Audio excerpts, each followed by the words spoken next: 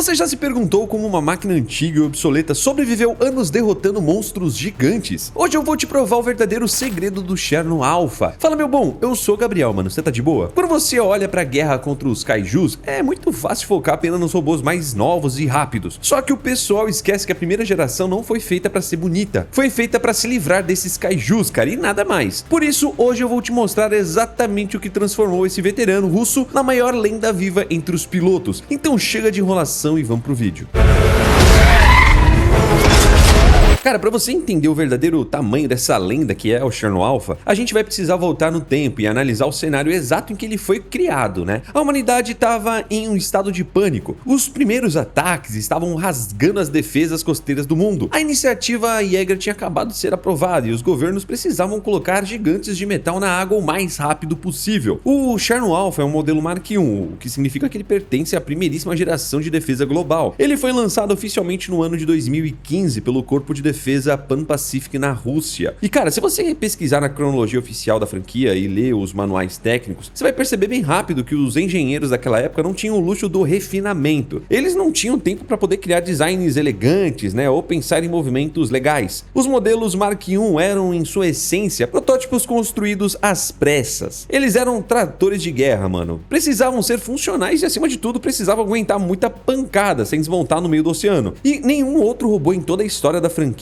cara, capturou essa essência de trator de guerra tão bem quanto o próprio Cherno Alpha. Ele foi desenhado para resolver um problema físico de forma direta, mano. O Cherno Alpha não foi projetado para ser ágil, cara. Isso acaba ficando bem evidente quando eu te mostro as especificações oficiais dele. Ele tem 85 metros de altura e pesa absurdas 2.412 toneladas. Ele é simplesmente um dos robôs mais pesados, cara, do filme. Para você ter uma ideia de comparação, o Gypsy Danger ele pesa quase 500 toneladas a menos, enquanto o próprio Striker Eureka, que é muito mais moderno, pesa quase 600 toneladas a menos. Enquanto os outros países apostavam, né, em velocidade, lâminas de plasma retrátil ou mísseis guiados, os militares russos olharam para o problema dos monstros e decidiram que a melhor solução era construir um tanque bípede, né, feito para contato direto. A blindagem dele é incrível. Os pés do Cherno Alpha possuem mecanismos gigantes de fixação no solo, projetados com estacas de eletroímãs para que ele se ancore no fundo do mar ou no meio de uma cidade. Ele não foi feito para recuar, cara. Quando o impacto de milhares de toneladas vinha na direção dele, a função mecânica do Cherno era ficar em pé no chão, travar as articulações e absorver a energia cinética da pancada inteira no próprio corpo. E já que a gente tá falando do corpo dele, eu vou precisar desmentir um erro que quase todo mundo comete, né, ao assistir o filme pela primeira vez. Aquele visual estranho dele, que faz ele parecer uma usina nuclear, tem um motivo mecânico muito específico. Aquela estrutura gigantesca, né, e toda diferente no topo dos ombros, não é a cabeça. Não é ali que os pilotos ficam sentados, sabe? Aquilo é um cilindro de retenção de energia gigantesco, chamado de reator MGS-112. É um núcleo bem grande e maciço que serve como o coração da máquina. A verdadeira cabine de comando, chamado Compod, que a gente já conhece, fica escondido ali no peito do robô, cara, e eu vou te explicar por quê. Na época do programa Mark I, a tecnologia de isolamento contra a radiação era bem ruim. Os reatores nucleares desses robôs vazavam muita radiação durante os combates pesados. Colocar os pilotos na parte superior do chassi, colados ao reator principal, seria uma sentença de morte bem rápida. Então os russos esconderam a cabine de pilotagem na região torácica, protegida pela camada da blindagem mais espessa já criada por mãos humanas. Não existe nenhuma articulação exposta no peito do Cherno. É composto por aço e ligas de titânio, feitas para poder resistir a arranhões, mordidas e perfurações. Essa escolha de design transformou o centro de gravidade em algo quase inabalável, dificultando muito que o inimigo conseguisse derrubar ele com rasteiras ou empurrões simples. Só que sua defesa não ganha guerra sozinha. Como um modelo tão lento conseguia finalizar monstros que evoluíram e ficaram cada vez mais rápidos a cada ataque? A resposta está em um armamento focado no dano acumulativo. O Cherno, ele não usava canhões de plasma de longa distância, cara. O arsenal dele consistia nos famosos punhos de Tesla modelo Z14. Se você prestou atenção nos braços da máquina, você deve ter notado que existem cilindros pneumáticos gigantescos do lado de fora. Eles funcionam como modelos tensionados do tamanho de prédios. A mecânica de ataque dele é incrível, cara. Quando o Cherno acerta um soco, o sistema interno não para no impacto inicial. O sistema pneumático dispara o braço ainda mais para frente, logo após a primeira colisão, disparando um segundo impacto físico de altíssima pressão. E é exatamente no momento desse segundo impacto que os geradores enviam ondas de choque de centenas de milhares de volts através da estrutura do punho. Como os monstros possuem uma anatomia rica em silício e amônia, essa descarga elétrica age direto no sistema nervoso central deles. Cada soco do Cherno Alpha funciona como se fosse um desfibrilador em escala colossal, fritando as sinapses da criatura e causando paralisia muscular quase que instantânea. E não para por aí, tá, cara? As turbinas de exaustão que ficam no topo daquele reator gigante não servem só para poder esfriar o sistema. Elas funcionam como incineradores de curtíssima distância. A tática oficial do Cherno era encurralar o monstro, usar o próprio peso de mais de 2.000 toneladas para poder prender a criatura no lugar e começar a dar vários socos no crânio da criatura até a estrutura óssea quebrar. Se o monstro tentasse reagir mordendo ou agarrando a parte superior do chassi dele, os sensores disparavam chamas em temperaturas extremas diretamente na cara da criatura, derretendo a pele e forçando o inimigo a soltar o chassi. Ele era uma armadilha projetada para poder vencer no atrito, sabe, cara, no corpo a corpo.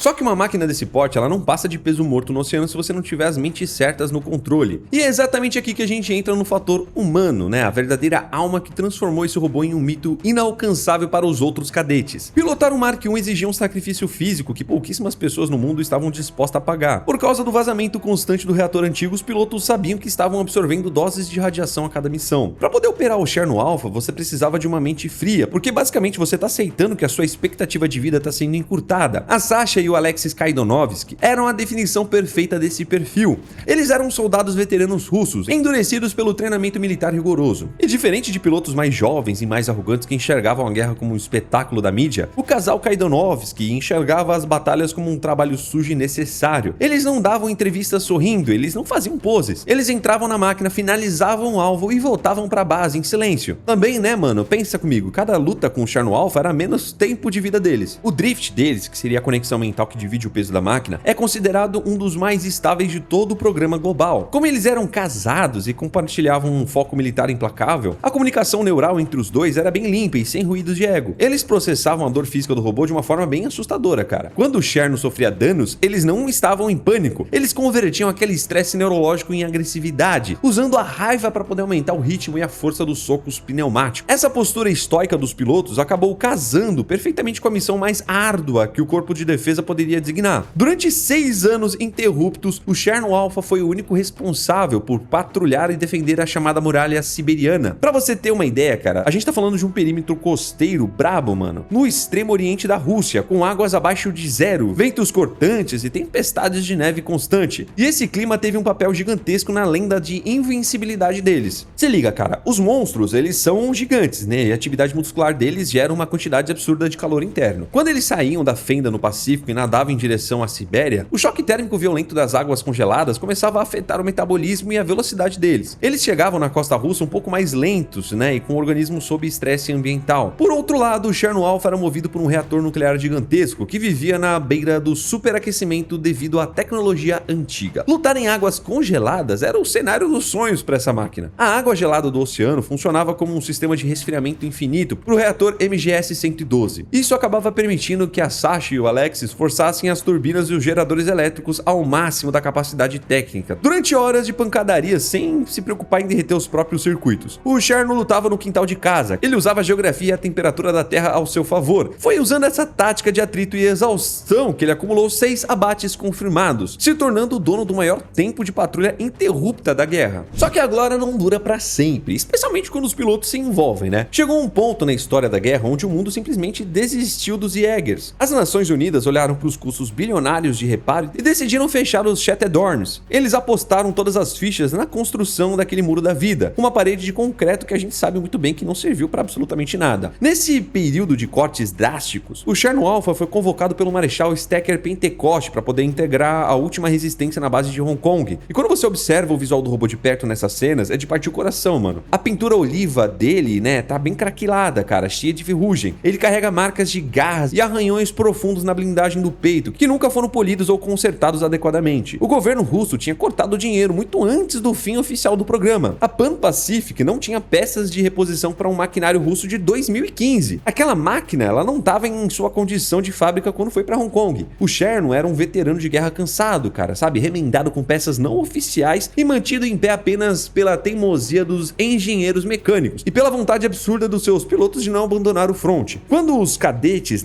mais novos olhavam para o Cherno Alpha naquele galpão, eles não viam um pedaço de sucata, cara. Eles viam um deus da guerra cansado. A prova física de que era possível sobreviver ao inferno, sabe? A moral que ele trazia pra base, cara, era incrível. Querendo ou não, ele acabava representando a resistência humana no seu formato mais cru, sabe? E é exatamente aqui que a gente precisa entrar na parte mais polêmica de toda a história do Cherno Alpha. A queda dele, cara. Muito fã fica triste e acaba dizendo que o filme desrespeitou a lenda da máquina ao acabar destruindo ela na primeira grande batalha de Hong Kong. Mas eu vou te mostrar que se você analisar os detalhes espalhados pelos livros e pelas conversas do diretor, o fim dela não foi um desrespeito, cara, foi um atestado de perigo. O que quase ninguém percebe é que a guerra havia mudado completamente. Os monstros não eram mais bestas irracionais agindo por instinto. Os criadores deles, os precursores, estavam aprendendo. Cada vez que um monstro apanhava até a morte pelas mãos do Cherno Alpha na Sibéria, o monstro transmitia os dados da luta de volta para a dimensão dos criadores, antes do cérebro desligar. Os alienígenas acabaram mapeando tudo. Eles não mandaram duas criaturas aleatórias para Hong Kong. Otashi e o Letterbeck foram enviados com um propósito muito claro: caçar e exterminar os últimos gigantes da resistência. Quando a batalha estoura,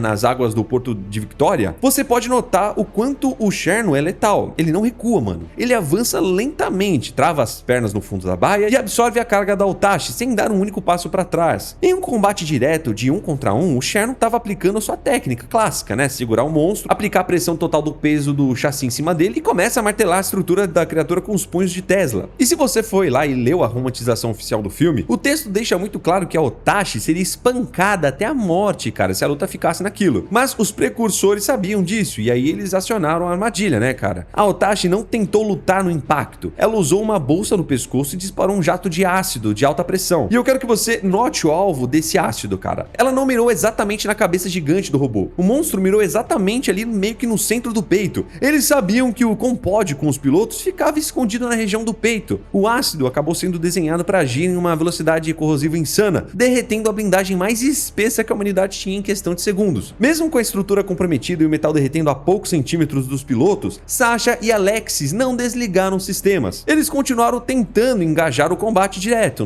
E foi nesse milissegundo de foco total no Otashi que a segunda parte do plano entrou em ação. Letterbeck vai lá e surge do nada, cara. Um monstro de categoria 4 com quase 3.000 toneladas de peso denso, projetado com braços gigantescos. Ele não atacou pela frente, cara, ele atacou por trás e por cima, pulando diretamente nas costas do Cherno Alpha. O Mark I ele foi desenhado para receber ataques frontais, cara. O chassi e as articulações rudimentares dele, daquele trator de guerra, não permitiam que ele girasse o torso rápido o suficiente para poder agarrar ou desviar de algo colossal caindo em cima das costas dele. O peso somado da água, do metal comprometido pelo ácido e da estrutura maciça do Letterbeck acabou rasgando os geradores principais. E se você acha que o Cherno desistiu, cara, você se engana. A lenda se recusava a apagar. Mano, presta atenção na cena do filme. Mesmo com o monstro pendurado nas costas, esmagando o reator nuclear com os punhos e com o peito aberto jorrando ácido para dentro da cabine, as engrenagens do Cherno continuavam rodando. Os pilotos continuavam tentando mover os braços. A máquina ela não entrou em pane por causa do pulso eletromagnético que o Letterbeck usaria depois no Striker Eureka, cara, não. Para derrubar o Cherno Alpha, o monstro precisou usar o impacto, sabe? A máquina parou de lutar apenas porque a água do oceano invadiu completamente a estrutura rompida e a pressão do ataque duplo fisicamente esmagou os suportes vitais da cabine. A queda dele não foi uma demonstração de fraqueza, cara. Foi a prova de que o universo precisou criar e enviar dois dos seus melhores monstros para atacarem um ponto cego apenas para conseguir apagar as luzes da muralha russa. Já deixa o like e segue o canal. Fique com Deus, um abraço a nós. Tchau.